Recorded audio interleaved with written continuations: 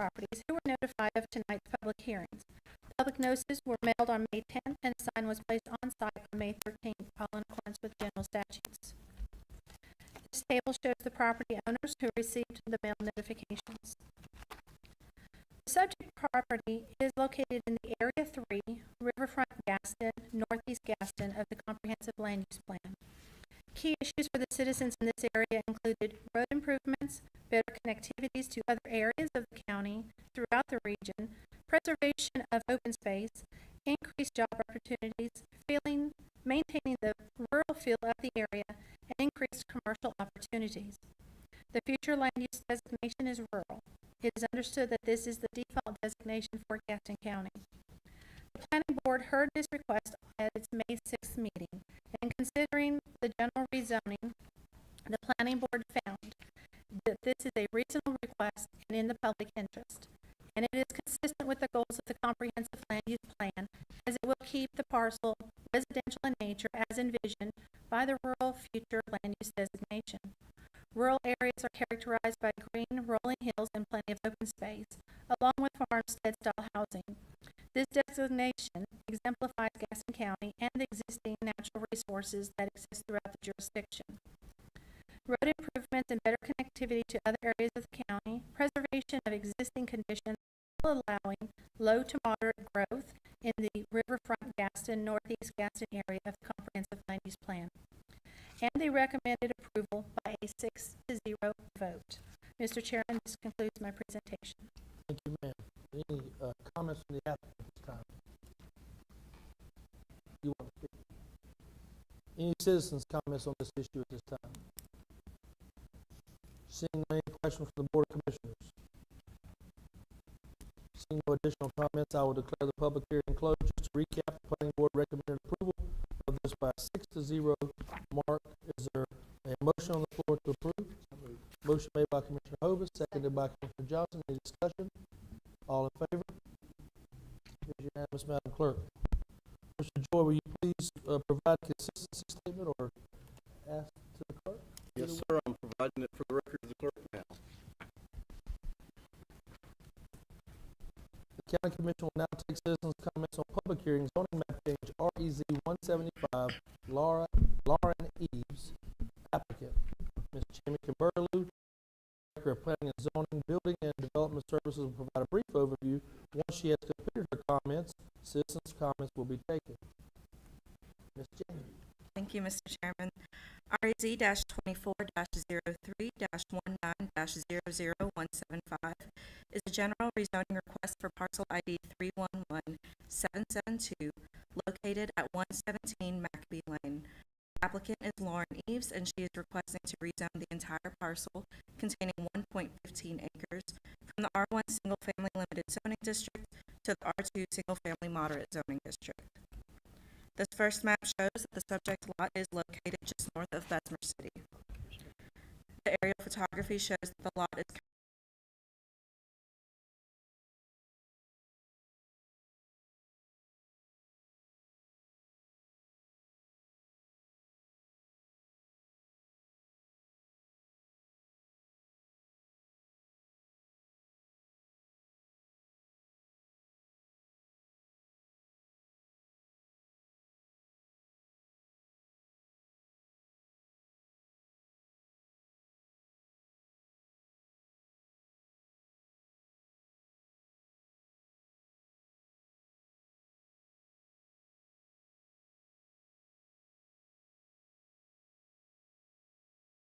property owner.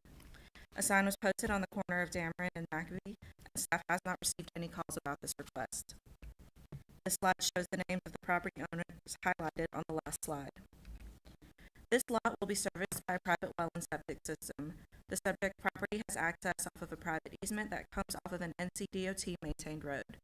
The GCLMPO also provided a letter stating that there are no funded transportation improvement projects on the SCIP, the MTP, or the CTP to any streets adjacent to the proposed site.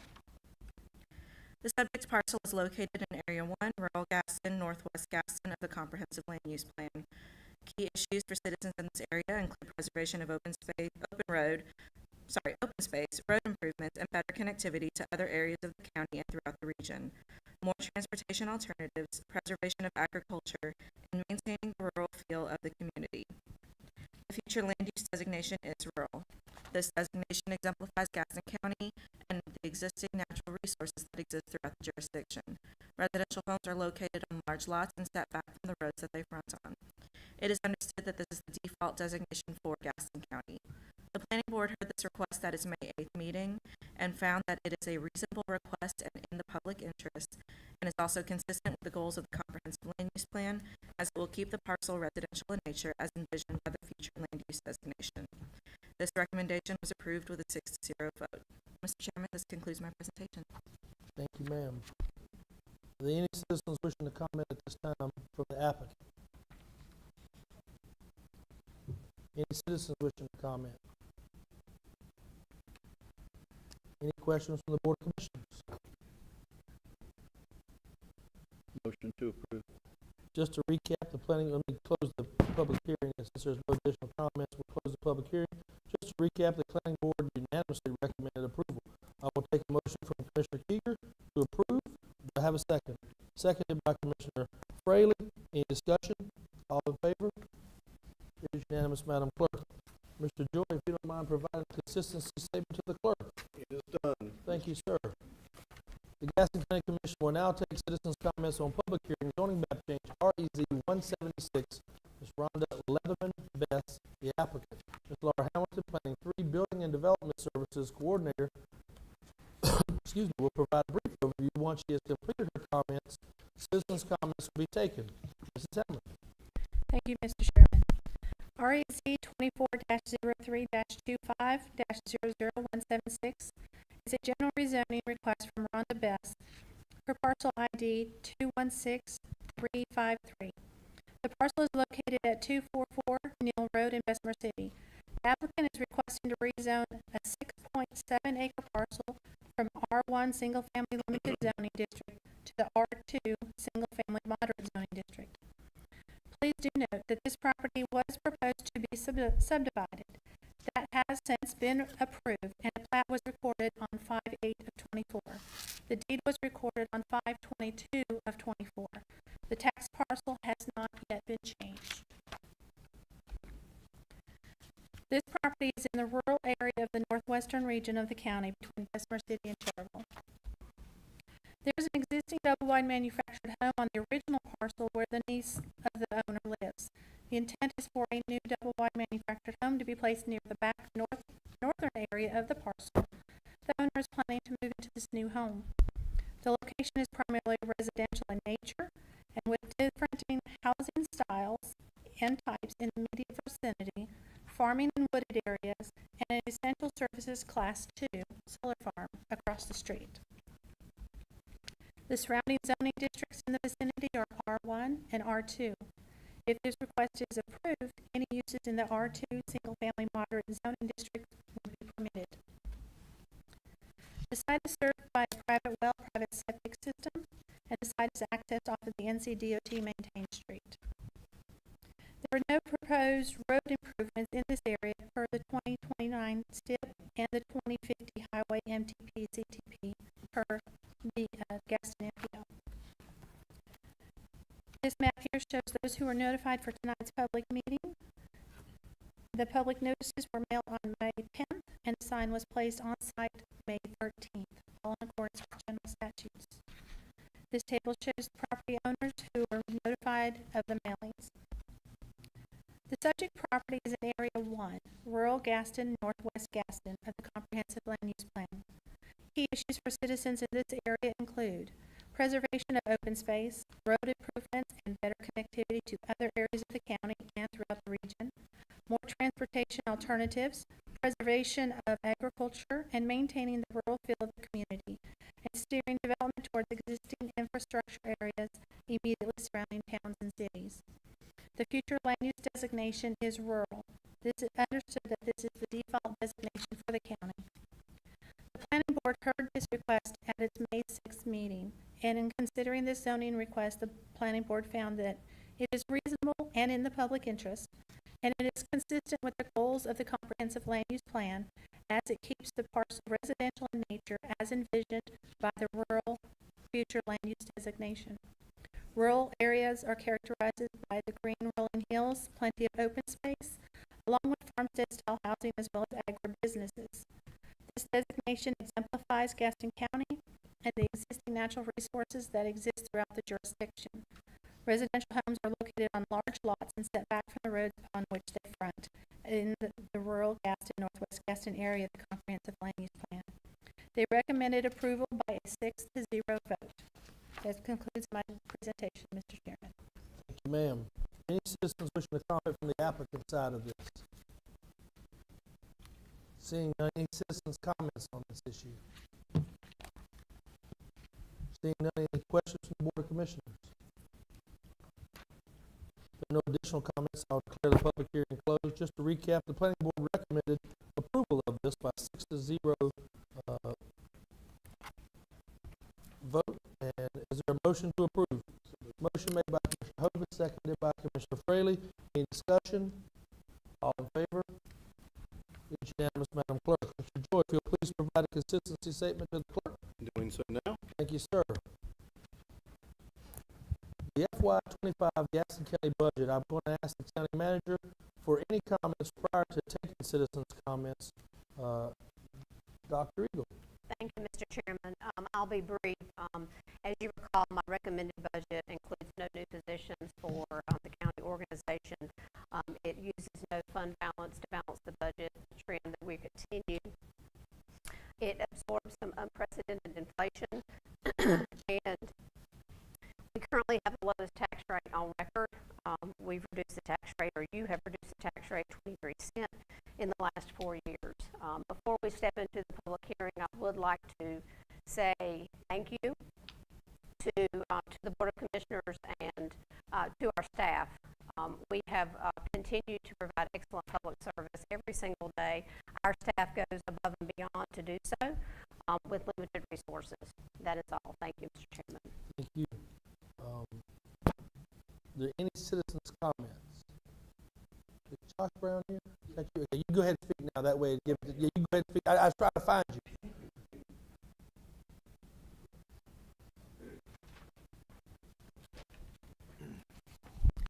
Thank you, Mr. Chairman, Commissioners. Probably the first question you're thinking is fireman with a full beard. Got a 3-week-old baby at the house, and I'm enjoying 6 weeks of family leave with him, so that's that. Thanks for letting me speak. My name is Joshua Brown. A few years back, I spoke about the Unified Fire Protection District that was to get support in the fund to support our volunteer fire departments. I come to you tonight to express the severity of the budget that has been presented to approve for these volunteer fire departments. We need this to be able to keep up with the growing county and the increase in the call for service each and every day. Each of you were sworn to protect the citizens and make sound decisions in their best mind. Every firefighter in this county that is part of the volunteer fire department has taken that oath seriously to protect the citizens of their volunteer fire district and the others, to provide them the best service possible. I joined the fire service at age 14 and just hit my 20 years of service, and I'm now the assistant chief of the volunteer fire department. So I have stake in my community for the people that I know and respond to each and every day. When I go to work and any of these other people go to work for 24 hours, the last thing my wife and kids and anybody else in this room needs to worry about is a fire truck going to respond when I call 911? We don't need to have that to be a doubt in their mind. Nobody ever goes to bed at night going, I think this is the night my house is going to catch on fire, and I'm going to need to use that 911 system. We have the people. We want to provide that service. We need the support to be able to continue to provide that for these citizens, to get a fire truck out of the door with firefighters on that truck to make a difference in these people's lives. With that, I just ask you to support the budget so that us as chief officers can ensure that a fire truck will show up when citizens call 911. Thank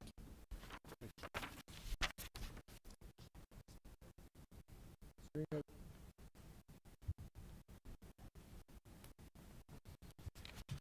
My name is Woody Thomas. I reside at 2020 Ashton Place in Gastonia. I pretty much echo the comments of Mr. Brown. I'm here tonight to ask that the total funding for the fire services budget, as requested in the first budget workshop, be approved. It was recommended at that time that it be sent back to the county manager for review and cuts. The justification of this was that other departments were forced to make cuts, so should fire services. The original budget, as it was presented to emergency management and the fire commission, was reviewed, it was scrutinized, and $1.5 million worth of cuts were made. So like other departments, fire services cuts were indeed made. Those of us in the Gaston County Fire Service realize that to achieve staffing similar to municipal Gaston City is physically unattainable, but this budget allows for a starting point. 2 firefighters for every department, 24 hours a day, at a competitive rate of pay. We're losing firefighters, good firefighters, qualified firefighters, to Mecklenburg County departments, to Wesley Chapel Fire Department, all the way in Union County, because they pay more. As recently as last Thursday, a 911 call was received for a house fire on White Jenkins Road. If you're not familiar, it's off of Dallas Cherville Highway. The call was approximately 4 a.m. in the morning. The primary department for that address fortunately had 2 paid part-time staff members there. They arrived to find a well-involved house fire. All occupants were safe and accounted for. The second due department, and if you're unfamiliar with how it works in Gaston County, 4 departments are going to be sent to a structure fire, and in many cases, more than that. The second due department was dispatched. There was no response. They were dispatched a second time. No response. They never put a truck on the road. This is no criticism of that department whatsoever. They are a very good fire department led by a very good fire chief. They simply had no staff. This new budget, as it was originally proposed, would have given the department 2 people to be there during that time. Now, these 2 firefighters that are there on the scene by themselves for an extended period of time, if they were required to effect a rescue, that is, go inside a burning, smoke-filled home to locate and remove an occupant, just the 2 of them there. I've written to several of you and described a similar incident that occurred over a year ago in another part of Gaston County. Instead of 4 in the morning, it was 4 in the afternoon. The primary department, less than 1 mile away, did not put anybody on the scene until over 15 minutes after the first call was received. Surely there were other departments close by that responded, but the time delay allowed the fire to grow and advance from the carport into the primary dwelling. The house was a total loss. Once again, no criticism of that department or the fire chief. Good fire department, knowledgeable and skillful fire chief. I ask that you please fund the fire services budget as requested. Reducing it could contribute to more scenarios like I have outlined to you. Reducing it would be playing roulette with the safety and protection of Gaston County fire citizens. Thank you. Any other citizens wishing to comment at this time? Any questions from the Board of Commissioners? I have a question. Ms. Cloninger, Can the gentleman come back up to the podium? looking for Mr. Brown? Please. Be fine.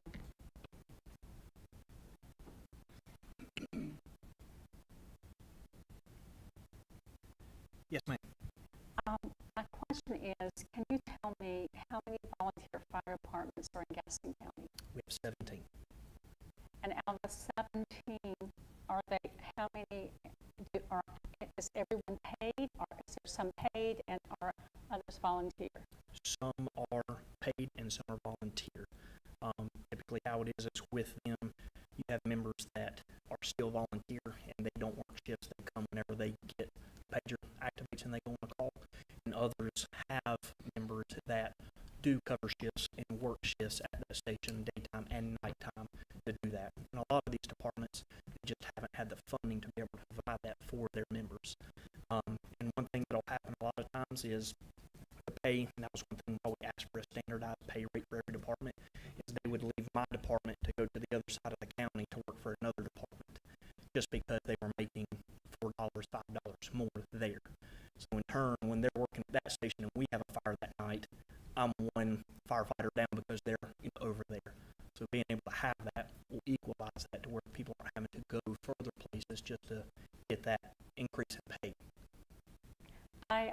personally, I experienced a house fire years ago.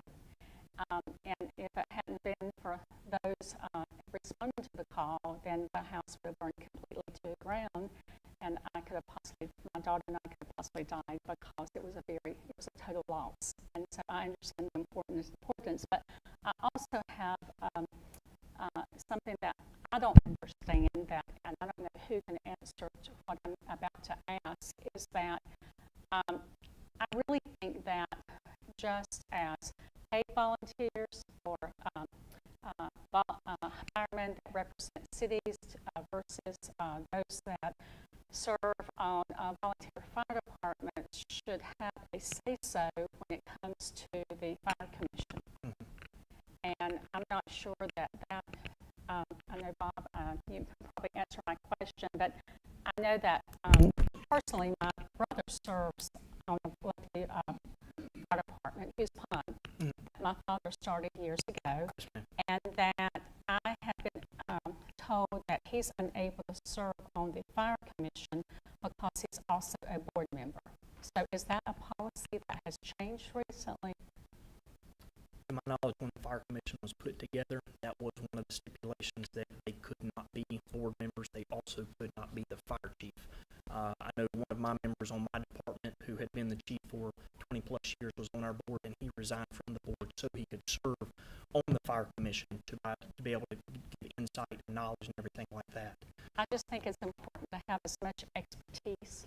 It is, and that's one thing that I think all of us try to do is put the best subject matter experts in there, and try to get that non-biased opinion of, well, I just want to do this for my department, do this, and try to have sound people in there that make good, solid decisions for the department as a whole. Mm-hmm. And that was, I know, one of the things, being vice president with the Gaston County Firefighters Association, being an assistant chief, one big thing that all the chiefs across the county have said is staffing and funding is our biggest issue right now, because we have the people that can be there, and those were some of the stipulations that they had set in that originally being put together.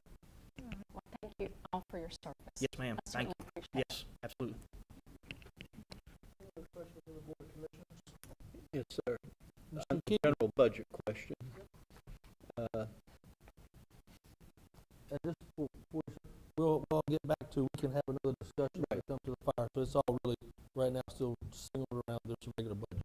I just want to get it out there. I've had 3 different calls today from school representatives on the amount of increase for the supplements for teachers, and that is going to be another $500,000.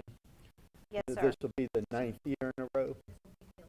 The 11th year in a row that it's been increased to $500,000, so we keep adding to it. But this is just my opinion. I know many years ago, when the school system received monies for labeled teacher supplements, central office people took a part of that. And I want to make sure that this money goes to the classroom teachers, and I'm not sure it needs to go to the other employees of the system, the central cafeteria, maintenance. These are college-trained professionals that we're trying to give a supplement to get them equal pay with other counties across the state. And I think that if it's not going strictly to the teachers, we need to call it something else or designate something else. But I just wanted to throw that out there, and that's coming from folks involved in the school system also. So it is $500,000. So in the last 11 years, we've increased it $10.5 million. That would be accurate, yes, sir. Okay. Thank you. And if it is the pleasure of the board to share that intention, I'm more than happy to convey that. Well, that's just my opinion, but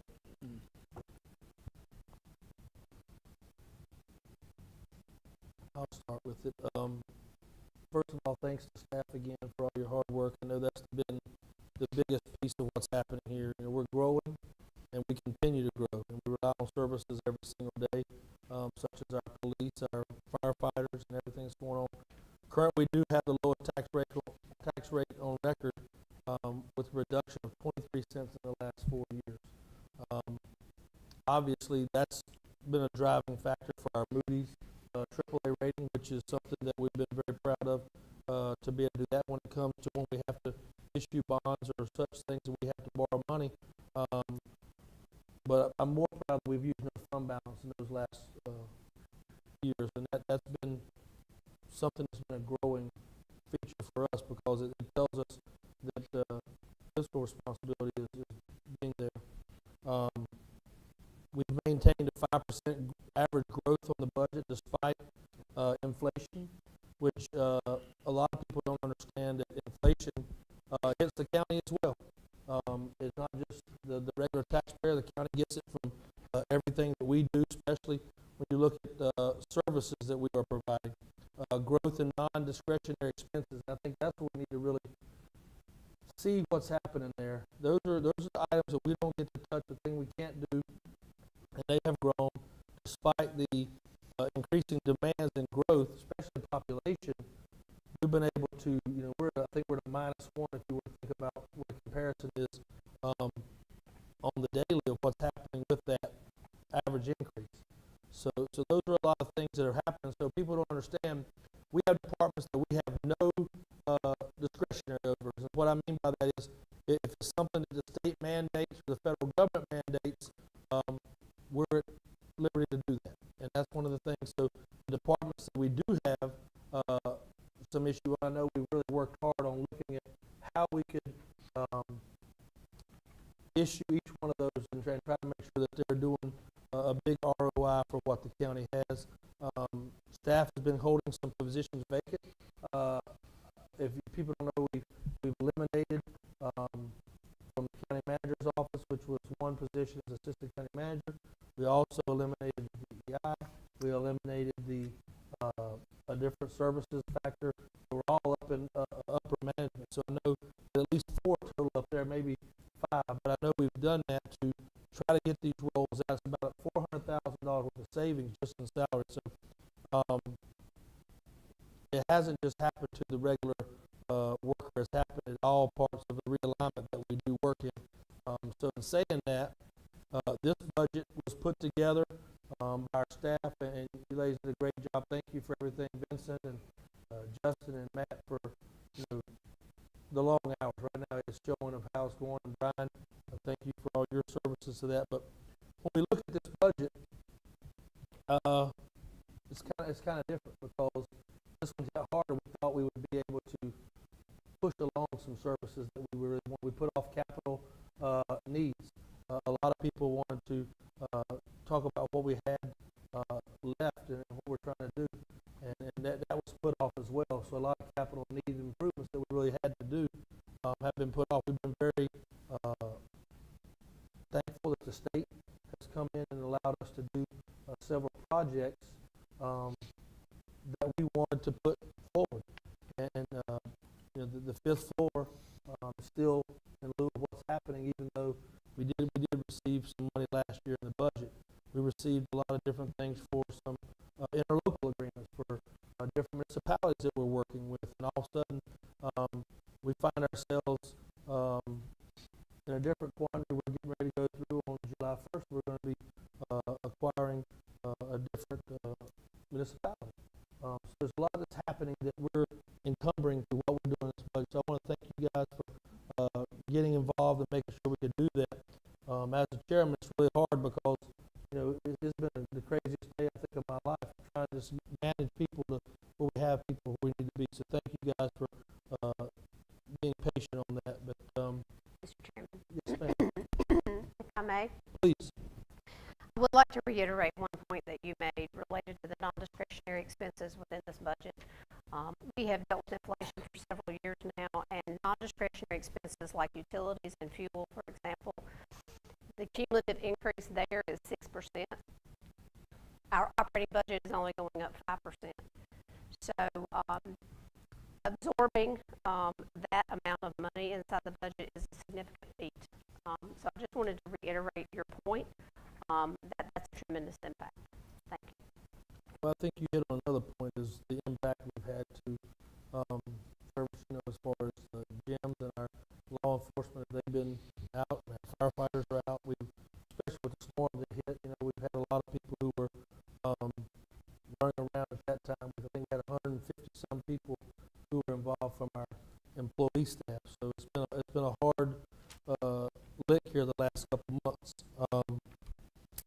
comments that wish to be made from this board before we move forward?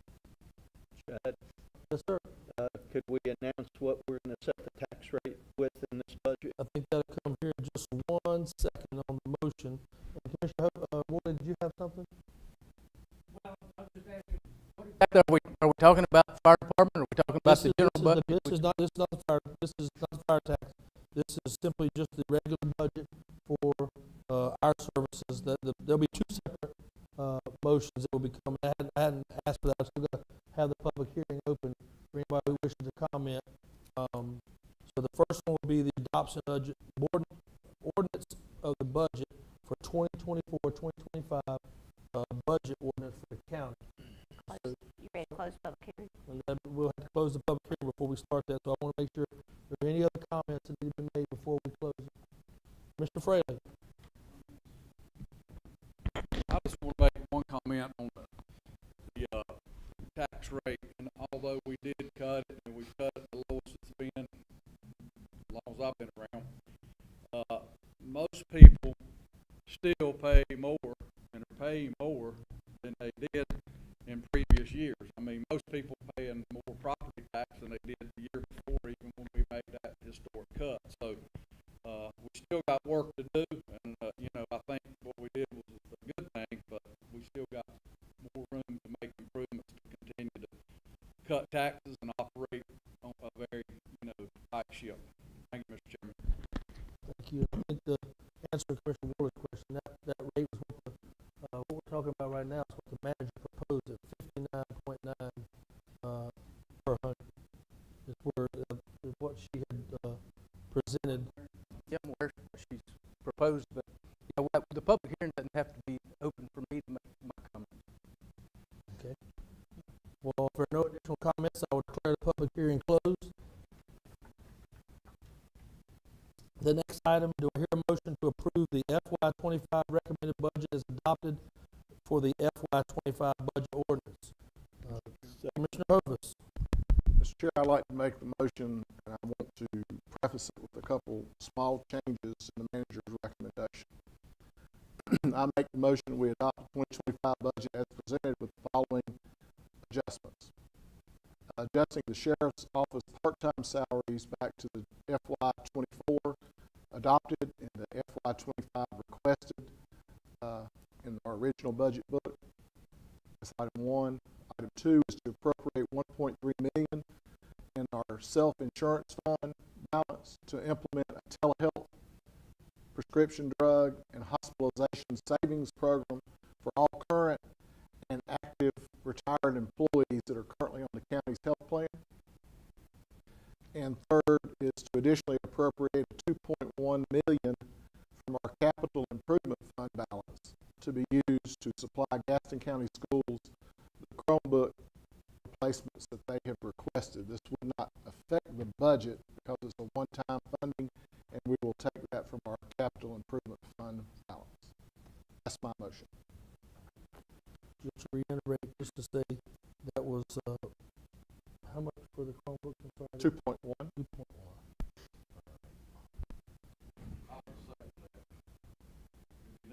2.1. Motion made by Commissioner Hovis, seconded by Commissioner Fraley. Any discussion? Commissioner Johnson. I would like to ask the sheriff's office some questions.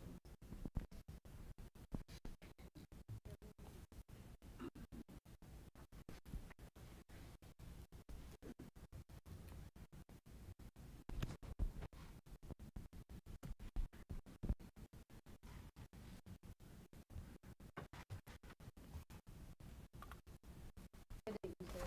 Good evening. I just have a couple of questions. From FY 2022, the part-time hours have increased from 20,000 hours to 40,000 hours currently. And my question would be why? Okay, I think that's some of the things. So first of all, this was brought to my attention today. So I've had hours to look at this. One thing that we've looked at is the current salary, the current funding for part-time, or it's not even part-time, it's our half-time employees. The amount that was budgeted is being shown as full-time. The money that's slotted is being shown as full-time, not half-time. So, for instance, if I have an employee that's half-time, their total salary should be $32,000. It's showing in the Muni system at $67,000. So that's one issue that we identified. Also, Glenn Danner has been digging through the numbers, and so we're not even sure where this number's coming from.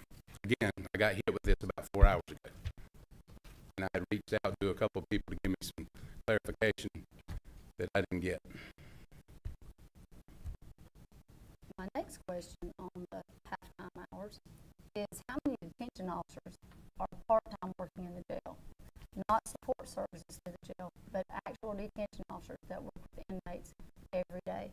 Because I do have a list of all the part-time employees currently.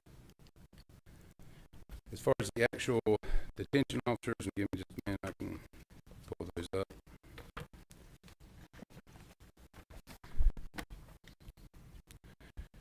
So on the detention officers, and we're looking at your question, and also this considers transport from the jail as well. That one, just trying to get some copies for everybody to be able to see. You read it off now.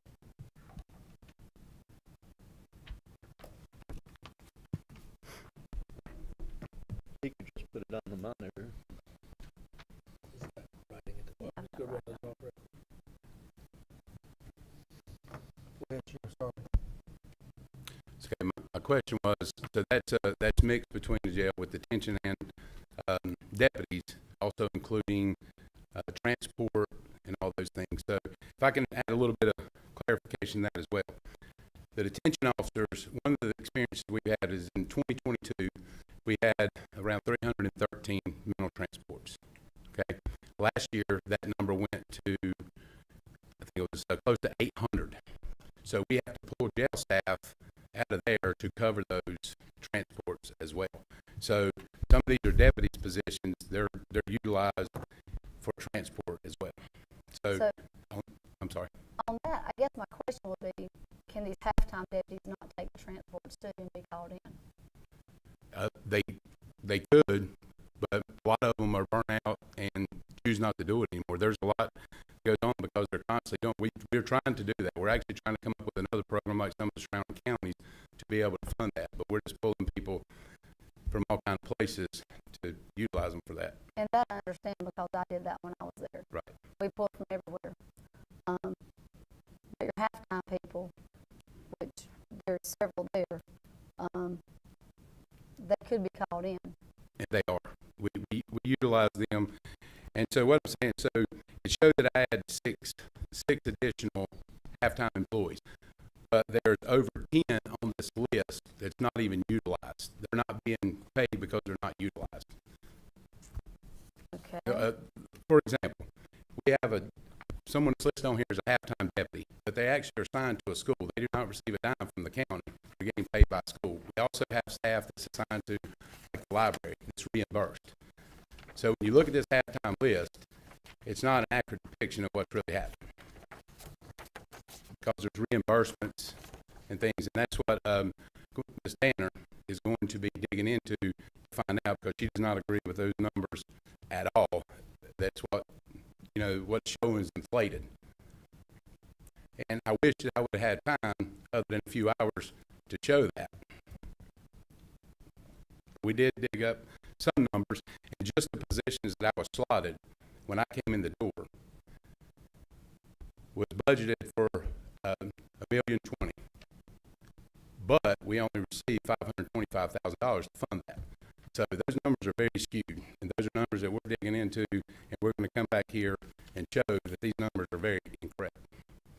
Okay. But this is part-time that I'm talking about. This isn't salary positions, it is part-time positions. Correct. We're talking about half-time. We don't call them part-time or half-time because the way the county lists them, they don't allow. You have to approve part-time. Right. Because that's what I've always called Correct. is part-time when they were half-time. So my other question is, on the part-time employees, what is the process for determining their salary? Because a lot of the ones that have come on recently are $30 an hour. regardless of the pay grade classification.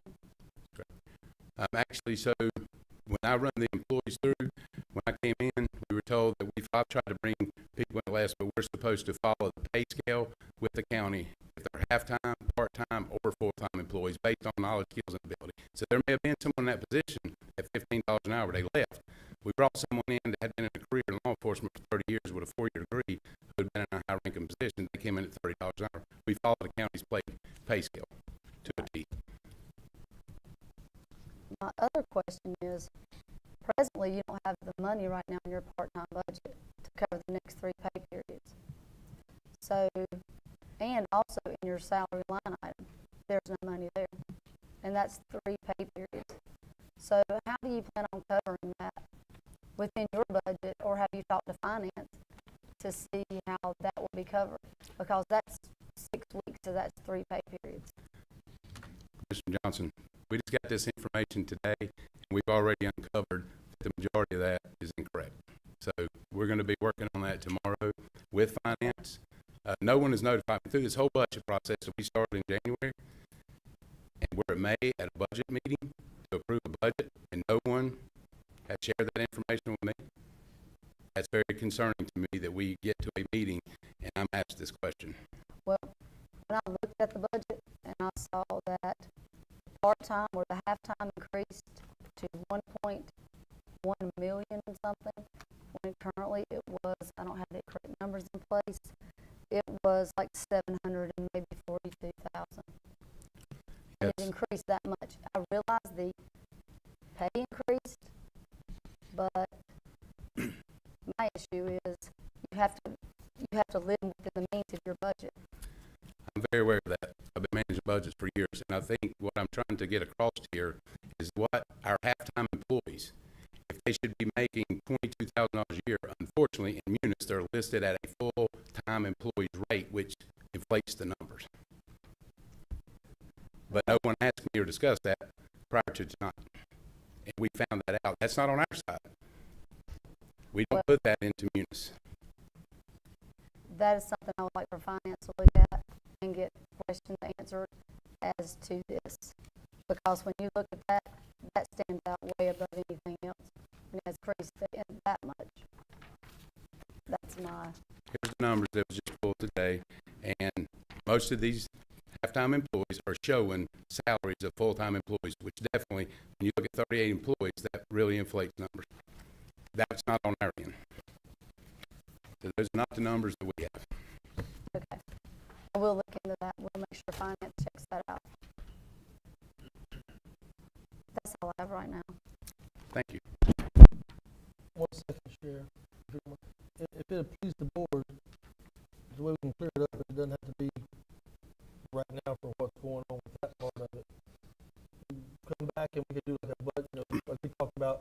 Sheriff met with Commissioner Hovis and I Thursday last week to discuss some other issues. We brought up where we could have a different type of thing, but we care to have him back for discussions with the sheriff on a work session. Would that help? Would that please the board, I think, to get some of the information out that gives you guys time? Would that be okay to have that type of discussion as well as we go forward? Yes. If you don't mind, just setting that up, Don, just to where just put in a slot holder whenever he decides he wants to come in, but it'll be just a work session there. I think that'd be easier for you to be able to answer and use some time as well. Is that pleasing to the board? We good with that? Any other questions before we vote on the budget? Yes, sir. Thank you, Sheriff. Mr. Chairman. Oh, I'm sorry, Commissioner. I'd like to address Mr. Hope's amended budget request. The Chromebooks, I get it, and I'm fine with that, but could you reiterate the other 2 items again? Okay. I'll adjust the sheriff's part-time office salaries to the 2024 adopted levels, and that was also the 2025 requested levels. That's one.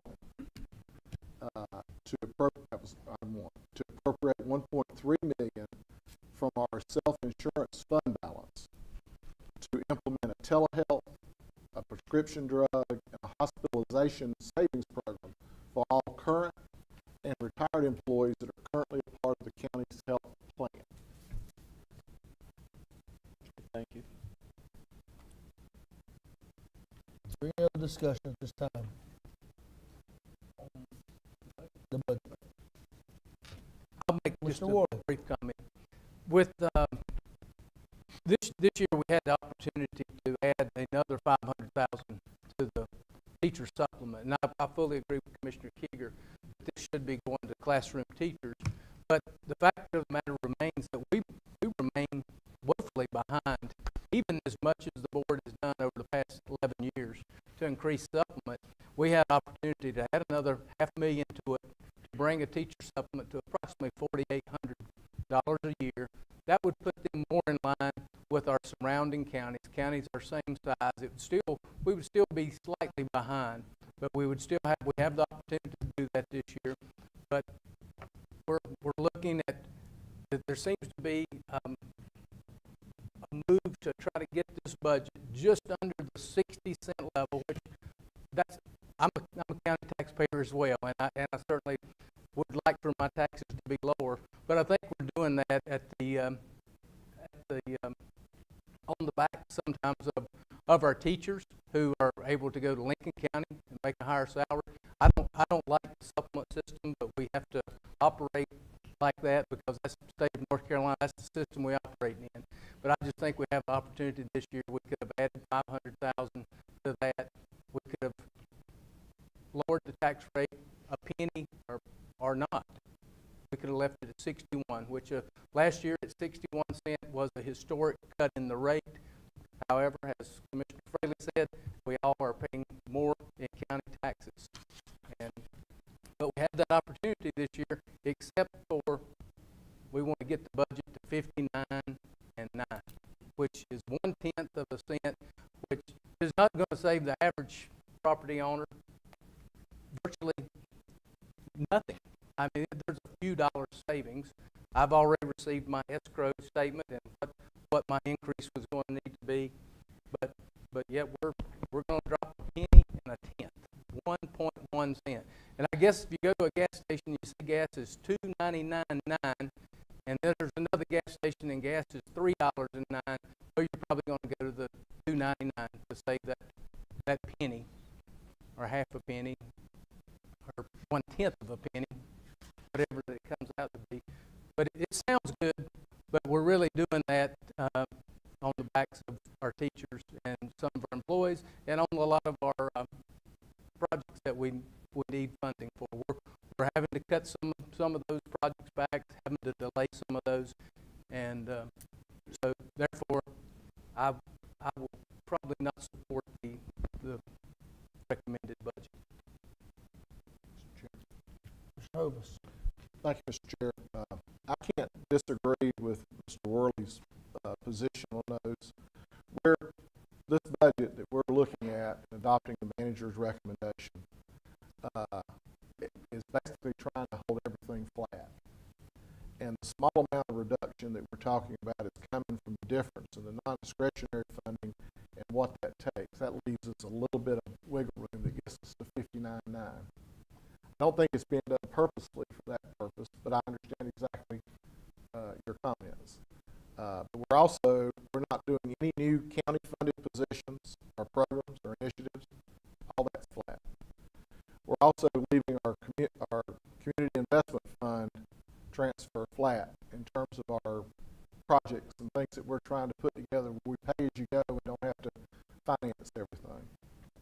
We're also withholding 1% increases for schools and Gaston College operating allocations. And we're also freezing merit pay system within our own employees, the people who work for us, who report directly of us. There's every county employee in here. So with us, I agree. It's a difficult choice, but I will say this without question: this is unsustainable year after year after year. Next year, we're going to be in a different position. We're going to have some natural growth, which natural growth this year allowed us to absorb those increases from an inflationary standpoint. We will have more natural growth because we probably have over 2/3 of our incentive grant programs that are going to be less than, that will come back another 10% of property tax value is going to come back to us. They've been on a special program. 10% of that will fall off. That'll increase our revenue there from property tax for all these investments that we've had. But it's unsustainable for us to keep expecting to cut our way to excellence. But at the same time, we're showing restraint that hasn't been shown in the past by holding our fund balance strong. That's the reason we have a AAA bond rating. We're one of only 11 counties in the state of North Carolina to have that. And that gives us savings every day for all the taxpayer money that we spend on school bonds. It pays a dividend to every taxpayer in Gaston County for that. Mr. Worley's correct. All of us, most of us, anybody whose property value and property and revaluation went up above 59%, that was the county average increase for reval. My home went up 109%. But it's still 60,000 under what I would put it on the market today, and I pulled 17 comps for my home that I've lived in for 46 years in Bessemer City, and it's still under what the market value is bringing today. The real estate market has no inventory. That's what drives the metrics, and that's kind of where we are, and we're stuck with it. We can't change it. I'm not Harry Potter. I don't have a wand. I can't wave and make all that go away. But the reality of this budget is what we're dealing with today. And that's the reason I made the motion that I did. But I can tell you right now, next year is going to be a different world. And we're going to have to look at things just as we have, because we haven't just taken and pencil whipped this budget. We've ripped it apart a dozen different ways. I appreciate everyone on this dais who has asked those questions, hard questions, has been involved in understanding where these numbers come from and what they mean. And I hold myself accountable to every voter in Gaston County, because my decision is my decision and I stand by it. Thank you. Any other discussion? I want to weigh in real quick, and obviously, Matt, if you don't mind for a second, just a couple points of clarification. 1 penny on the tax rate right now, and then 1/10 is.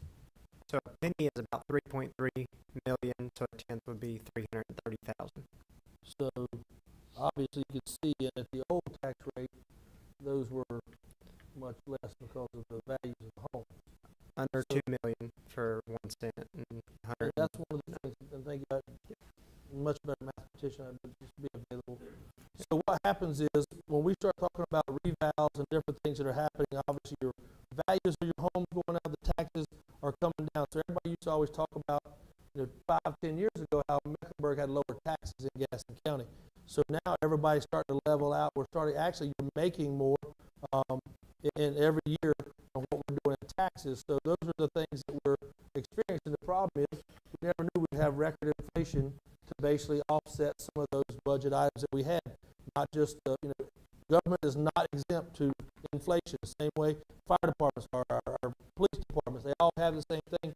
And so I want to thank Vice Chairman Hovis for, he instituted, hey, let's sit down, let's talk about it. We went over it several times. We met with the sheriff, we met with different departments, we called different people. We tried to find different ways of anything we could do to find money. Matter of fact, Brian, I called him yesterday trying to find millions of dollars. I've called Vincent. We were trying to find money anywhere we had. The problem is the unencumbered numbers continue to rise. Those are put on us by different entities, such as the state. The state still has not released their budget this year, and I want to say there's a big pay increase for teachers. Obviously, so what I want people to understand is the supplement is for someone who is not a county employee. The supplement is obviously needed because we've been doing this and we're trying to keep up with the Joneses across the river who started this with Wake County and Mecklenburg kind of put their heads together, and I think they're at $9,000 or something. They're at some number, and you think about the number they have. And now we have, and if I'm not mistaken, we still have to break that number up that we give to the schools. 1% of that goes to charter schools and or not private schools, but it's going to Classrooms outside. yes. So those are also a piece of that budget that goes somewhere. So there's not just the fact that we want to I think teachers, first responders, a lot of our employees are here because you care. And that's what we have to do. We have to figure out how we can care, but there's just not enough to go around for everybody to be able to just keep going out all of these numbers. And that's where we have to try to come in and be fiscally responsible for what's happening. So when you see that, and the teachers, like I said, they're not employees, and I don't understand how we can continue to raise theirs at the same time we kind of give it to our own employees who, you know, why would somebody come into a business? And is anyone here from the school system, by the way? You represented it tonight? No, I mean, I'm just saying, but this is what I'm trying to tell you. They gave us a number, and not one person chose to show up tonight. And that pisses me off that I sit here and I have to vote on something that people want, and they don't have enough nerve to come over here and show up to say why we should be able to do these things. I love teachers. I think they're the biggest resource we have. But at the same time, somebody in that group over there should be here representing that group to stand here and say, hey, and fight for them. Shouldn't have to be a county commissioner having to sit here and fight, because we do fight. We fight every day. We want to fight for the firefighters, for our police, for our EMS. This gets me every year that we come to this, and we're sitting here. I want to do something for everybody. I want to make sure we can figure out how we can do it. But at the same time, they're state employees, and I still would beg to see what their vote looks like to help that. So I'm happy that proud we've been able to give the supplement we have for the last 11 years. With that, or any other discussion about the budget that's coming forward? Mr. Worley. I agree 100%. I've talked to multiple school board members on the phone today. I encourage them to attend. I wish they were here also. But the fact of the matter is, the 1 cent and 1.1 cent drop in the tax rate will save $33 a year on a $300,000 house. And I think we were able to do more this year if we were to leave the rate as it is. Let's do more. We're not on a level playing field. I wish we were. I wish, just like I said before, I'm retired from the highway patrol. The highway patrolman in Manio made the same thing as one in Murphy. That's not the way it is with school teachers. And we've got the opportunity to increase that supplement a little extra this year. I'm not taking away anything that I've been a part of increasing the supplement for the past 7 years. But we have an opportunity to do a little bit more this year, but we're going to save $33 on a $300,000 house. $33, that'll give you an extra Happy Meal at McDonald's, but that's what it'll get. I appreciate any savings that I can get as a taxpayer, but I just feel like we're missing the mark. Thank you. Any other discussion? Seeing none, I'll call for the vote. Motion made by Commissioner Hovis, seconded by Commissioner Fraley. Is it Fraley who made that? Yeah. Any discussion? All in favor? All opposed? It's 6-1, Madam Clerk.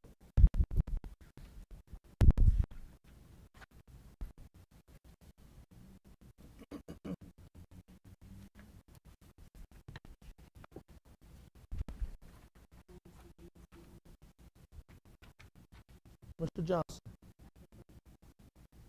Budget. So at this time, I would like to direct the county manager to hold 30% of the sheriff's office budget FY 2025 in a control account until further evaluation and discussion can occur with the Board of Commissioners. This is not a budget cut by any means. It is just a hold until further evaluation can occur. I'm going to repeat that. 30% FY 25 in a hold account with the county manager's office. Is that correct?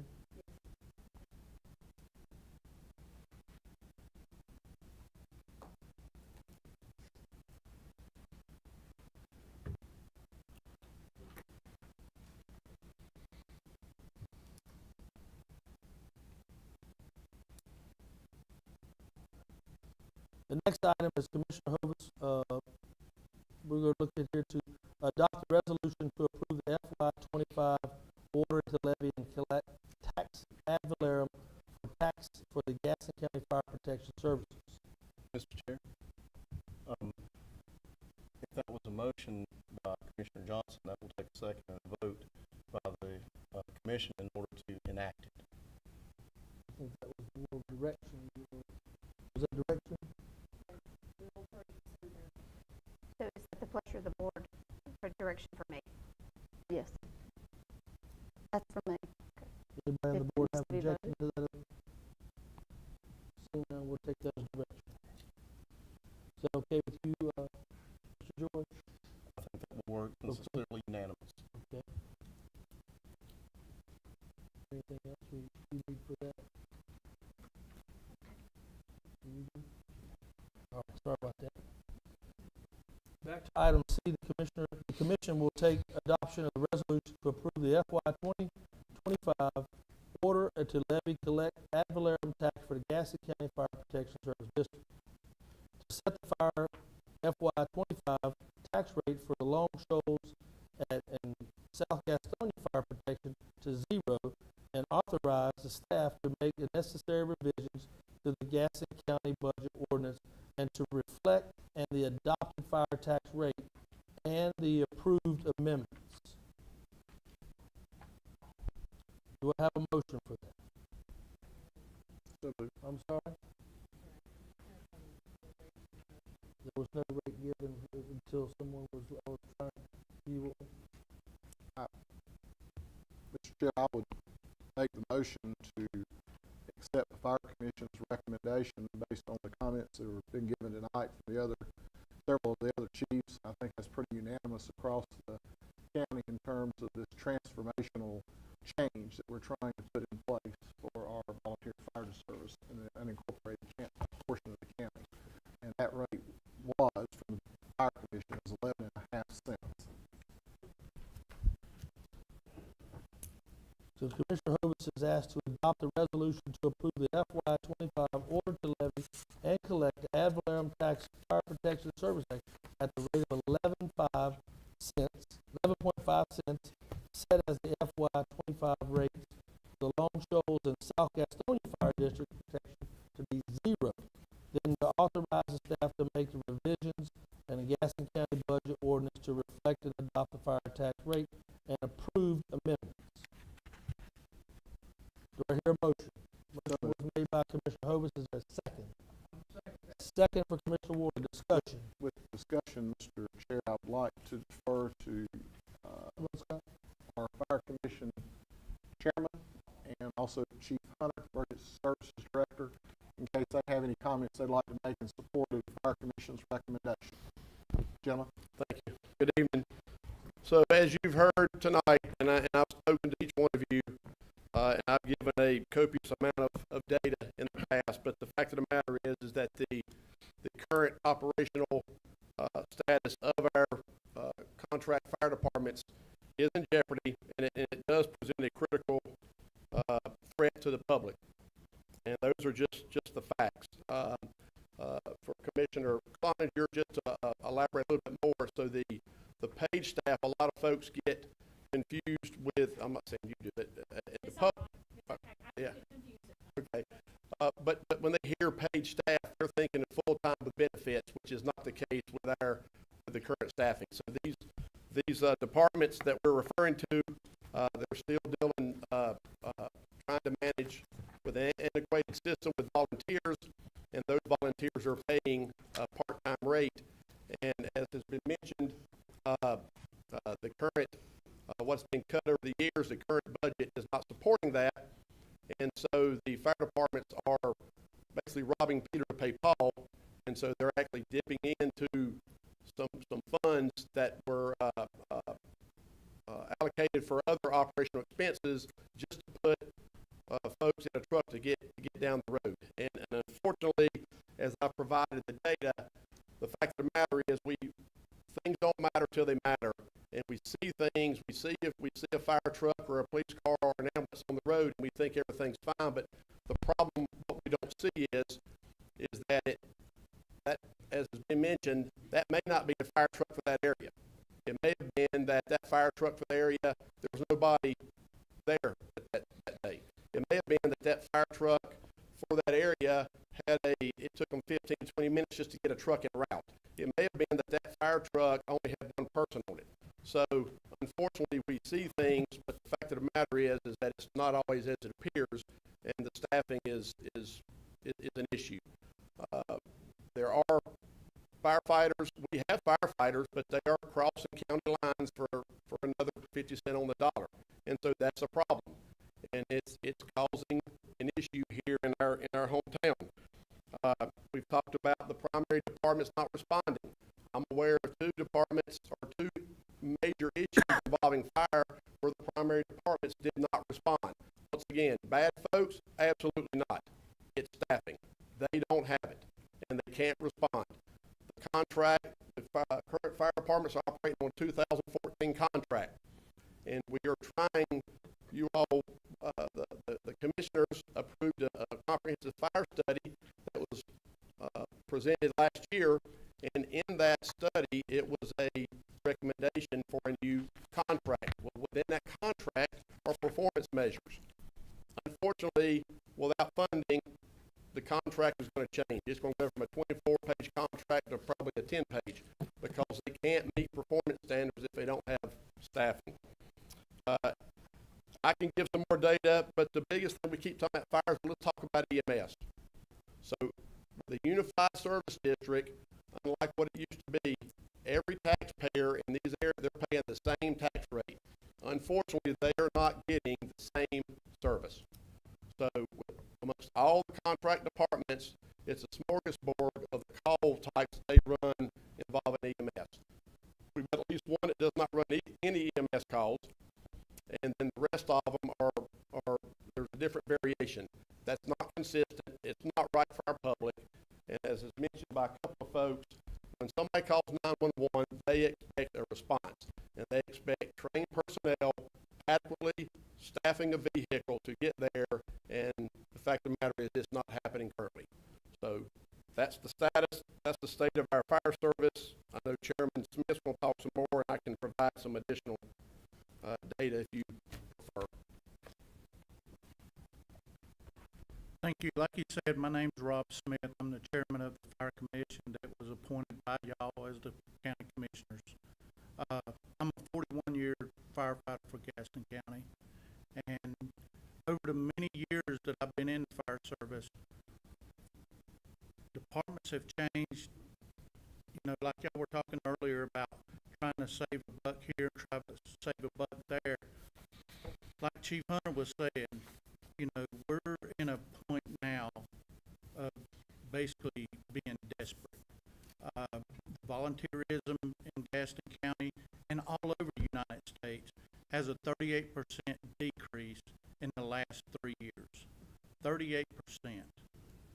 You know, when I started, we were knocking on doors for donations. You know, and as that proceeded on, we went to a tax district for each individual fire department, you know, and then moved into the unified. But as it was going along, we were still behind. We have departments, well, Mecklenburg County, Lincoln County, Cleveland County, and Union County, which are similar counties to what we have, but less departments than what we have a larger tax fire budget than we do. We're 16 departments that are contracted. Union County is 13 departments with a $19 million budget. You know, Lincoln County, you know, they're $18 million with 11 or 12 departments. So we're behind. One thing we are up on, though, is our training. Throughout the state of North Carolina, Gaston County has some of the best trained firefighters in the state. The problem is we're not funding them enough to be able to suit them out with better gear, better apparatus, give them the money to put staffing in there to control and run these fire calls that they need to run. So I'm asking you as the chairman of the fire commission that y'all put me on to please look at this and fund these guys for what they deserve. Thank you.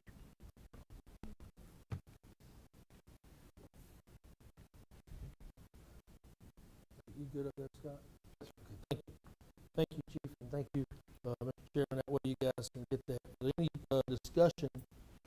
Commissioner Worley? Thank you, Mr. Chair. Well, the paradigm, just as both chiefs have stated, the paradigm has shifted. I can remember starting on the Cramerton Fire Department, volunteer fire department, in about 1981, and there were a lot of people that worked locally in the mills. They responded. There were people that worked in other businesses that were able to respond. That has shifted. We've gone away from that a lot, and also the training has increased, because it used to be you could go in the fire station, you could learn to be a fireman at the fire station. Now the state requires, how many hours of training is it? 600? What's the number, Chief? 1,200 to begin with and 170 a year. Yeah. So we're, as you said, we've got personnel, but most of them are trained and working for a municipal department somewhere. They're working for Charlotte. They're working for the city of Gaston. They're working for the city of Belmont, city of Mount Holly, other places. And to have staffing that we need, we're going to have to now recognize that the paradigm is shifted, and we're having to pay trained professional people to be in these stations 24/7 all the time. And there was, last year we went through this, that the VFDs, or the fire department, requested $7 million. We cut that. We were able to get a compromise. We settled on 8.5 cents. And of course, I know the price of fire engines have also gone down considerably, right? Yeah, they haven't. No. The VFD, volunteer fire department's got $1 million budget increase with that year. That pays for about one pumper, right? Yes, sir. About one pumper, and we got 17 departments. So we've got other equipment needs that will continue to be there. It's just, I just think this year, going back to the municipalities, everybody that lives in a municipality, we have fire departments in those municipalities. We pay for them through our taxes. And I realize the people that live in the county have paid a very low fire tax over the years, considerably speaking. But the city of Gastonia supplements all these places out in the county. The city of Mount Holly supplements all the places out in the county. They have people on staff. They are going to respond through mutual aid. So virtually what's happening is the cities are sort of supplementing all our rural fire departments, the ones outside the municipalities. So these men and women are here tonight. They represent those organizations, and they're here asking for us to increase their tax and your neighbor's tax, so that we can have professional staff in all of our fire stations throughout the county, not just in Gastonia or Mount Holly or Belmont or Cramerton. So I just think at this point that we have to realize that this is, we're in a different time, and to get these firemen and firefighters, I should say, in these departments, and to protect all our citizens equally. And we're still going to rely on the cities. We're still going to rely on Chief Folk, and I've had this conversation before years ago when we recognized the need for a ladder truck, and I said, well, we got a ladder truck. It's setting up on Armstrong Drive in Gaston. It'll be here in 5 minutes. Little by little, we did put a ladder truck down in Cramerton, and Chief Folk, I just want to say to him over the last 10 years what an excellent job he's done operating that fire department, when Cramerton recognized 10 years ago that this is different now. And that was the steps that the city of Cramerton took over 10 years ago to say, we've got to do something different. I think now it's time that the county understand that, and to get there, it's gonna cost some extra dollars. But I think people appreciate that. They appreciate what all of you do in fire departments, and I support the 11.5 cent rate for fire. Thank you. Thank you. Any other discussion? Commissioner Fraley? Yeah, question for Scott, or gentlemen. If we approve this, and you got 2 full-time paid positions each department, do you think there's ever gonna be a time when these calls are not answered at that point? Like you said, they didn't respond, we've had those, but if we do those two, do you feel like we'll have that issue at any time after approving those positions? There is a possibility, and that's what I want everybody to understand, that this is what we're asking for this year, which is what I explained to every one of you. This is putting a Band-Aid on an arterial bleed. So we're asking for phase one to provide staffing for these folks, to provide staffing for this year. It will still be the same thing, paid part-time staff, so at a competitive rate, so we can keep them, within the county to work, but it's not sustainable. So phase two, as we've talked, has got to be funding for full-time firefighters. That's got benefits. And these departments that have gone through that, as Commissioner Ward has talked about, they've transitioned because of this from the volunteer paid part-time to the paid staff benefits. So that's what's got to be next. So if I sit here and told you, Commissioner Fraley, that there's no chance, I'd be lying to you. Because we just don't. This is the best option we have in the time frame we have to put a truck on the road for our citizens. But the next step has got to be funding personnel that have more skin in the game or are able to provide for their families. Let's say that they want to provide, but you got to understand they're going to provide for the family first. And that's why they're crossing county lines. So kind of what I hear you saying, if I'm reading between the lines, is that, you kind of envision one day where we're not going to really have volunteer fire departments in the county because the training, the expense, the continuous education, all of the things it takes to become certified, to be able to take the time people need to be paid to do that. So I think maybe with what we're talking about, the transition, is that's probably where we're heading. I mean, would you agree with that statement? We are heading to funding full-time staff with benefits, yes, 100%. It's just hard to get volunteers now, right? It's very hard, and and this is what we're experiencing when you start paying folks. That's the beginning to the end of the volunteer, along with the nationwide, reduction in civic engagement. And not that we have paid staff here, but because they're working for other departments to do that. So you're exactly right. That's where we will be at some point, some form of full-time funding. Well, I came here tonight after looking into this and was not going to support it because it's a tax increase. And I don't want to increase the taxes on anybody, but and first of all, I appreciate everything you guys do and the time you put in, the service and all the training, and respect you greatly. And I appreciate that. But with what I'm hearing here tonight is that we're going to move in this direction. It's coming one way or the other. And we can embrace it now, or we can wait, push it on down the road and wait till we're forced to do it. Because I feel like that's what's probably going to happen. So I've actually had a change of thought about this, and even though I don't want to increase taxes in any way, shape, or form, because there's people on, that are fixed incomes and that are, they're struggling. I know what you said, $33, that's not much, but it's trending in the right direction as far as I'm concerned. If you decrease it, at least you're going in the right direction to try to help people out that are struggling to pay for gas and groceries and all these other things. But I'm going to support this because I think it's where we're going to end up sooner than later anyway. Thank you. Commissioner Brown, can I make one more comment?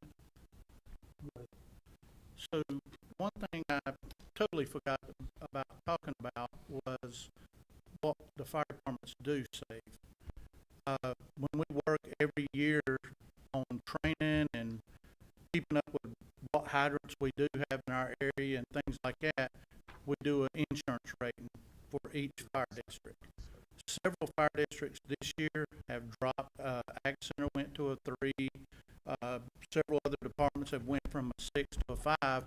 So talking to North Carolina Department of Insurance, right now, Gaston County, the 16 Gaston County fire departments are saving each homeowner $397 on their premium each year. So that is a plus for the fire department on saving the homeowners and the taxpayers some money. So I just want y'all to know I that. agree with that. I was in the insurance business for 10 years and had my own agency, so I know how important when those come down, the rating, that means that there is a saving to the homeowner. So I'm glad you brought that point up. Thank you. Mr. Keeger. Okay, thank you. Hey guys, thanks for coming out. I think it's inevitable, as Mr. Fraley brought up, it's going to happen, that we have full-time. I hope somewhere down the road we're working with the municipalities to try to venture into some type of interlocal agreement with all the municipal houses throughout the county. It seems logical to me that that's the way we should go. I want to ask, how many houses are there now in the county? 16? There are, for contract departments, it's 15 stations. Okay. 15 departments, 17 stations, plus the 2 that out of county. Okay, so 17.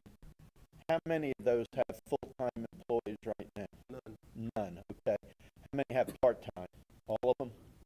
They all are attempting a form of part-time, but it's not 30%. Yeah, it's not.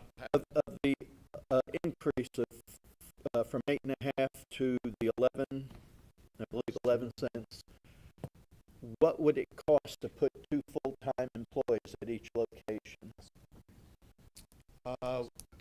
Two paid staff with benefits. Well, I can tell you what. So 20 cents, see, 2 paid staff for 4 stations is $1.9 million. What would the annual salary be to one of our full-time people that you're talking about? Ballpark. When we did the math, we did it based on Belmont's salary, and I don't remember what that is. So we don't know what it's going to cost us to. Well, I can tell you what, based on the information I gave you folks several months ago, I don't know, I can't remember what Belmont was paying, but I used theirs because it was in between Gastonia and Mount Holly's. So I'm saying probably 48-ish. Okay. Chief Potter, if I may, Mr. Peter, this increase is basically 93% of those 2 paid firefighters 24/7 in the VFDs. That's taking up 93% of That's that correct. increase. That's correct. Okay, that's what I was going That's what you were looking for, I think. Yeah, now the part-time full is $380,000. That's good. Not full. That's good. Gotcha. And that's what I'm concerned about right now for the safety. I'm in the county. I want to have somebody answer the phone when I call and pull up. And I know everybody does. Nobody wants to pay the extra money. But as Mr. Fraley said, I'm having a change of heart. I was willing to come in here and pick through this and try to reduce that 11 cents down to something less. Staff provided some notes that that I read and I reread. And even though this makes very much sense to me, what I'm hearing from fire departments makes a lot of sense also.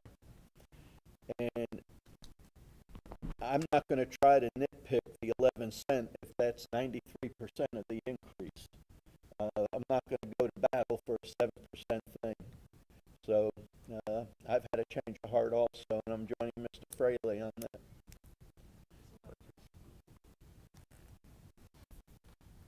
Any other discussion at this time? I agree that I have made a change of heart as well, and I will support going forward as the other commissioners have stated. And thank you for your service. But it does include all volunteer fire departments, correct? This is for all the contract fire departments, yes, ma'am. All in the county.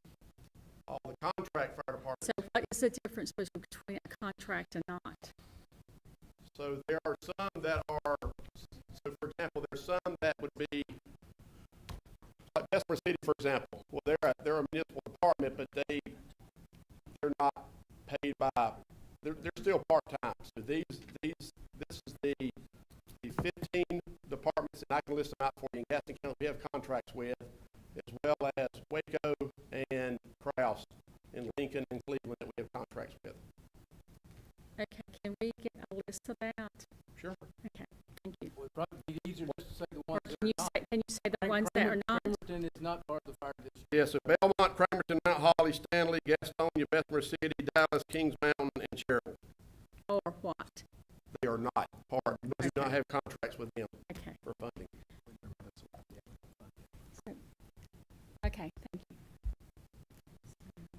Pleasure of the board, I'm gonna take a 5-minute recess to confer with staff, and you guys don't mind? Okay, the rules. Just 1 second. Thanks.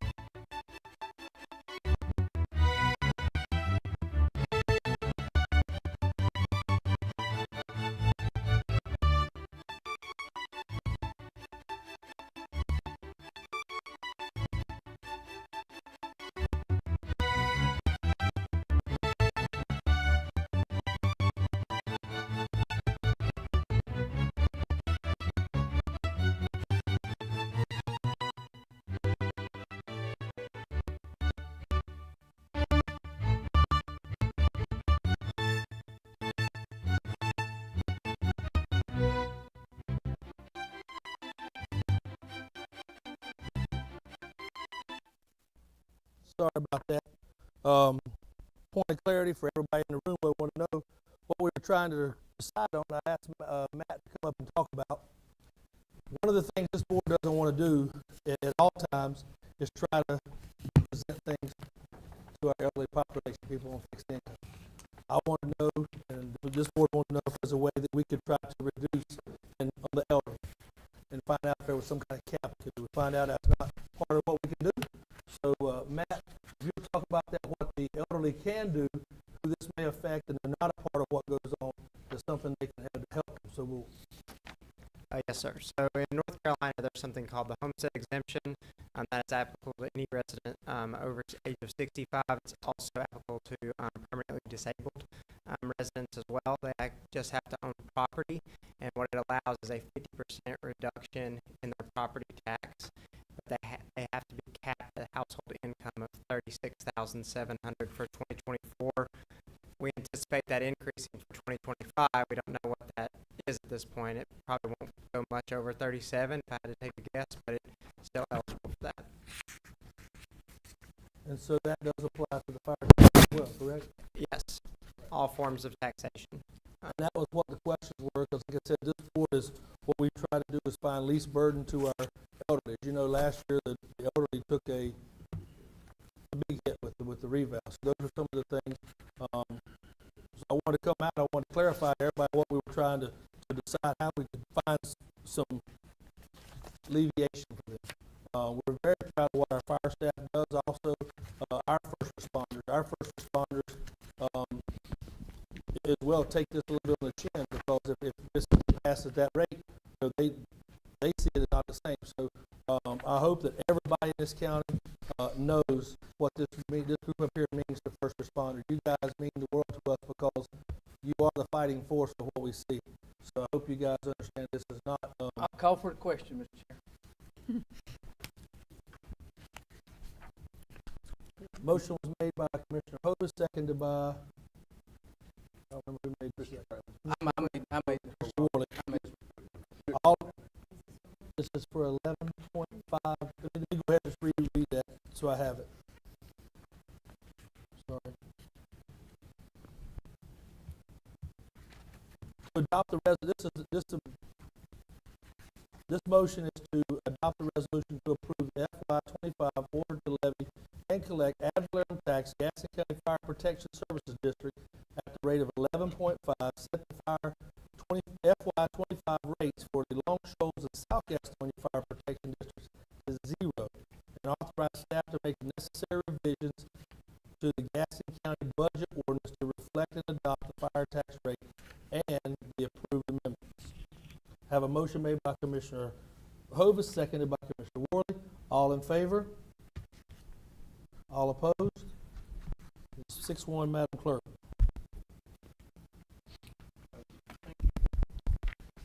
This concludes tonight's public hearing. At this time, we will move to the approval of the business agenda. Is there any revisions to the business agenda that need to be items that need to be pulled? Move it be approved as written, Mr. Chair. Motion made by Commissioner Hovis, seconded by Johnson. I'm sorry. I'm going to read these. We'll wait just a second.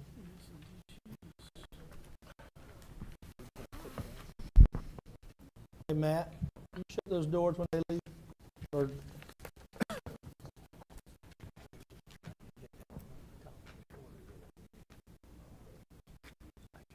I have a few revisions that are going to be read for the staff that has withdrawn item G.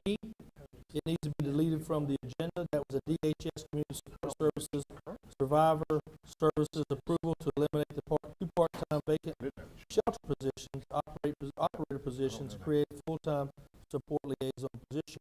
I would like to add the following consent agenda. A copy of this item has been available to each of your seats.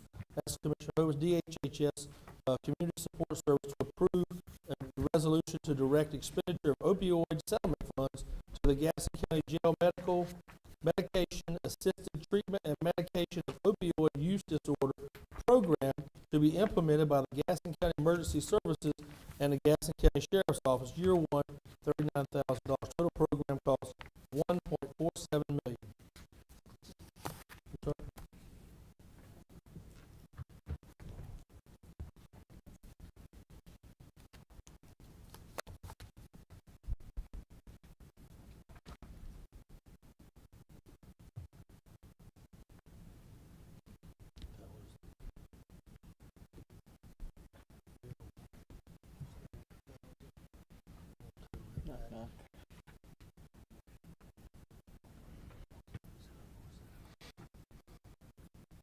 Make sure that's right. That's one, sorry, I got my glasses on now.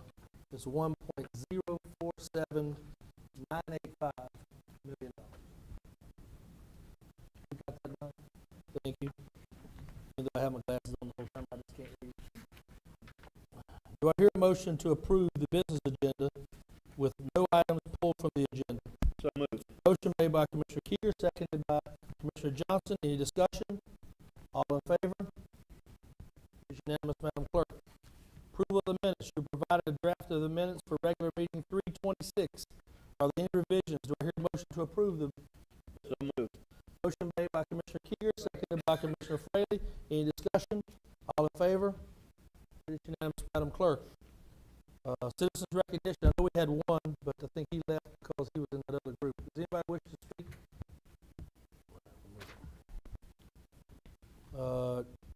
Do I hear a motion to approve the consent agenda with no items pulled? So moved. Motion made by Commissioner Hovis, seconded by Commissioner Fraley, Keeger.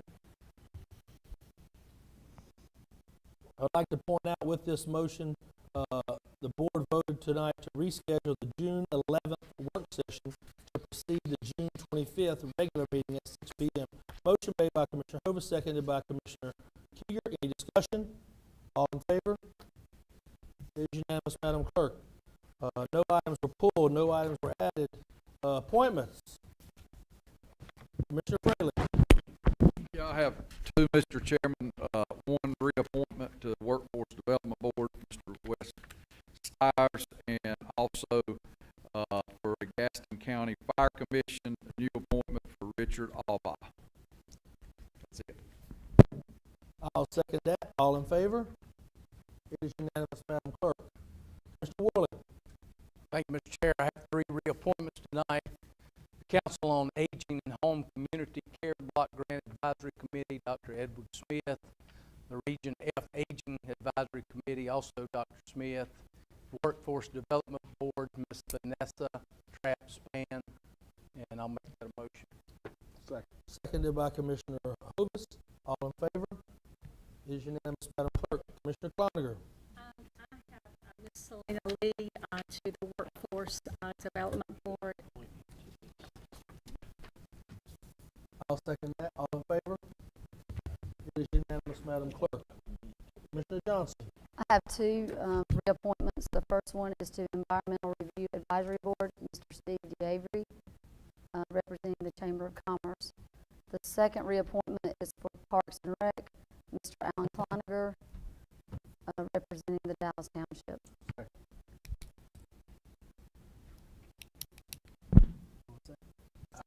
I'll let her. Seconded by Commissioner Cloninger. All in favor? Commissioner Hovis. Mr. Chairman, I have one, a reappointment requested by Michael Collins to Workforce Development Board. Second. Motion made by Commissioner Hovis, seconded by Commissioner Keeger. All in favor?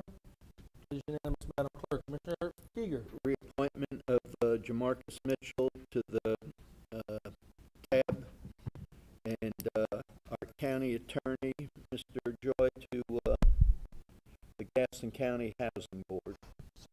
Seconded by Commissioner Hovis. All in favor? It is unanimous, Madam Clerk. I have a few. Parks and Recreation Advisory Board reappointment requested by Ms. Cynthia Eisenhower. Workforce Development requesting appointment Ms. Tawana Littlejohn. Workforce Development, Ms. Susan Farmer. Workforce Development, Jamise Guest. Seconded by Commissioner Hovis. All in favor? It is unanimous, Madam Clerk. I have a few full board appointments that we will go through. Parks and Recreation Advisory Board appointment requested from Commissioner Kathy Cloninger. Second. Seconded by Commissioner Keeger. All in favor? It is unanimous, Madam Clerk. Congratulations, Commissioner. Kings Mountain Board of Adjustments. Appointment recommended by the Kings Mountain City Council for Ms. Edie Bergstrom. Seconded by Commissioner Hovis. All in favor? It is unanimous, Madam Clerk. Kings Mountain Planning and Zoning Board appointment recommended by Kings Mountain City Council for Ms. Edie Bergstrom. Seconded by Commissioner Hovis. All in favor? It is unanimous, Madam Clerk. Gaston County Board of Trustees, reappointment requested for Mr. Steve Hall. Seconded by Commissioner Fraley. All in favor?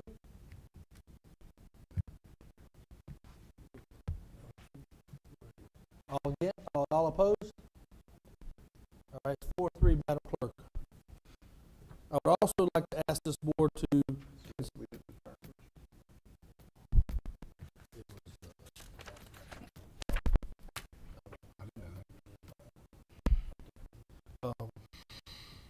want to have this board, and maybe Commissioner Keeger, since you're out at the college, I would like to recommend this board have a appointee for Dr. Eagle to be an ex officio at the college board, to be able to sit and listen to the things.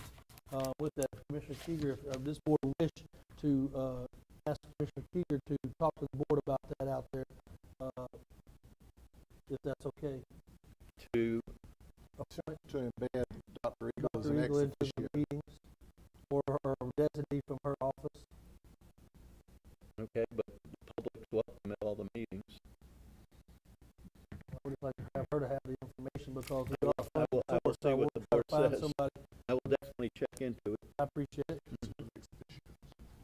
All right.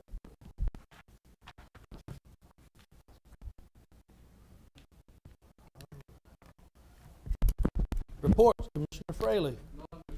Commissioner Worley. Commissioner Cloninger.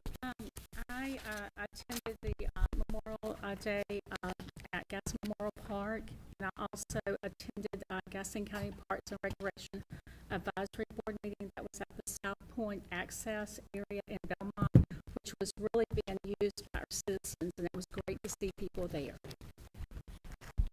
That's it. Commissioner Johnson. No reports at this time. Mr. Hovis. Yes, Mr. Chair, just in the board's continued cooperation with our municipalities, I attended an event where Representative Jeff Jackson came and made a presentation to the city of Dallas for just under $1 million in infrastructure funding as a grant. The board, the commissioners supported that application that was made by the city of Dallas, and it was a great event. I encourage everyone to take the time. Senator Jackson got an impromptu tour of the Gaston County Museum, and it was very informative and very interesting to him, because he has a textile history heritage, and he found it very interesting and got a lot of conversation about the way things used to be, and it was a good visit. And I encourage everybody to participate with the functions that go on there, and it was a great opportunity for Dallas to shine and do major infrastructure improvement. I'll just point out that over at the county museum, I believe it's June the 3rd at 6 o'clock, they're going to have a documentary on the history of North Carolina's veterans. Thank you. Lots of activities going on around the county over the next month. Congratulations to all the graduates. I did attend a graduation ceremony at Stuart Kramer Friday evening. Lots of fanfare, and congratulations to all our graduates of Gaston County Schools, and also the college, and also at Belmont Abbey. I know that was a big deal for those people. County Manager report, Dr. Eagle. No report, Mr. Chairman. County Attorney, Mr. Joy. Very briefly, Mr. Chair, I know the board was made aware by Mr. Skiba of an issue we were having with an apartment complex. Mr. Skiba worked with them over the holiday weekend, and we held a hearing earlier today. The property owner has engaged a professional engineer. We feel that progress is being made, and the situation will be remedied quickly and in an appropriate fashion. Just wanted to give you that update. If anyone would like more information, I'm happy to do so. Thank you, sir. Any other matters need to come before this board? Commissioner Cloninger. I would like to ask our attorney a question, please. This relates to the notice that we received on April the 12th about where the state mining had been, a permit had been approved.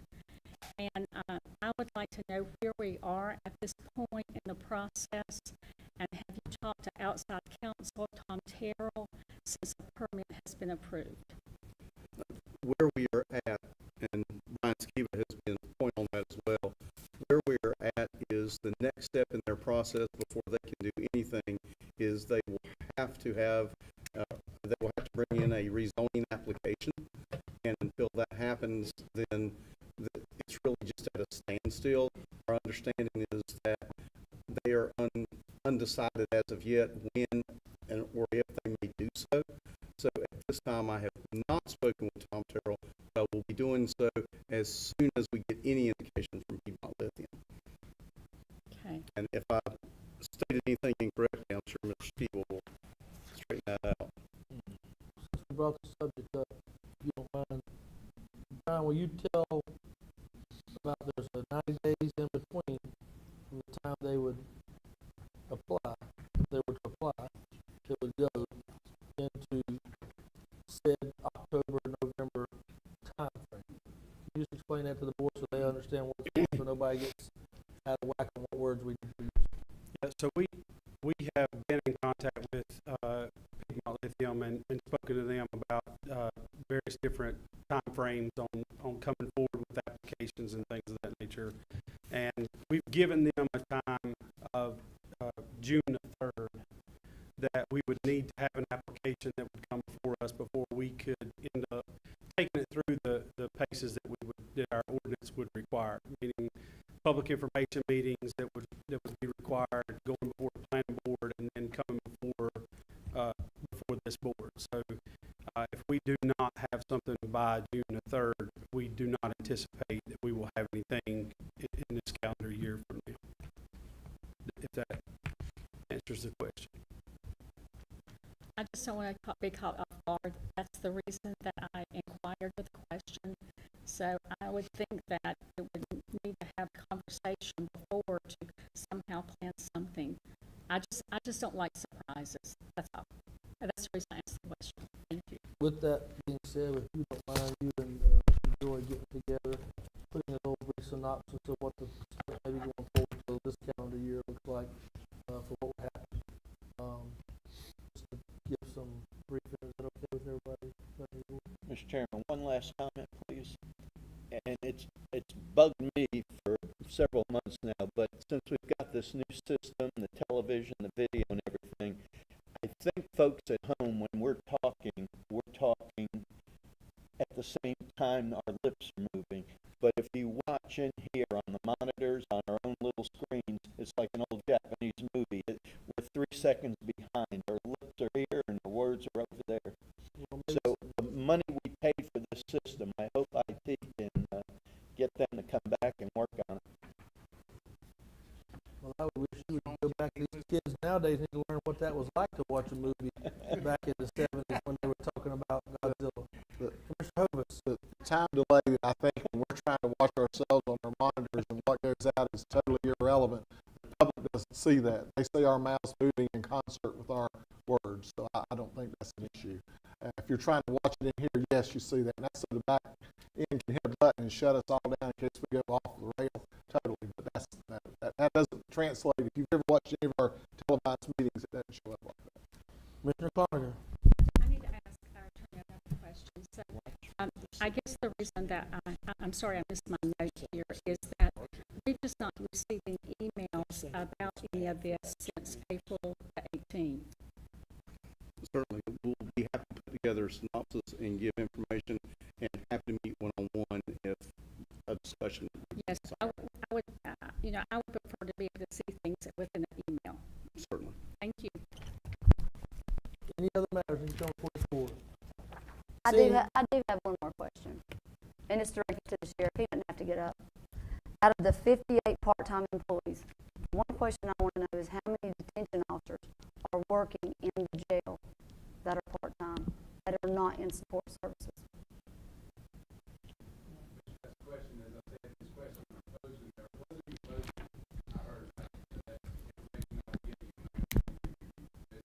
Now, this isn't about misinformation.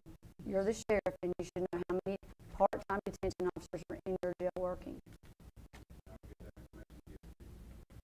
Thank you.